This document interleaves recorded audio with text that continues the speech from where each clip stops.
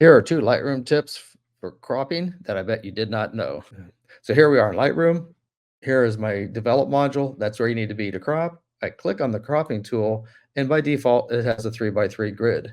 You can click on tools and choose tool overlay or crop overlay to see all the different cropping options. A shortcut key is just the letter O, nothing else, just the letter O. And then you can cycle through each one of those that you just saw on the tools menu.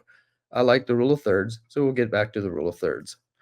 The second tip is this angle icon. While you're still in the cropping tool, click on this angle. It looks like a level. Find the horizon, draw the line across the horizon, and it will crop it. And click on your cropping tool, and it is back to normal.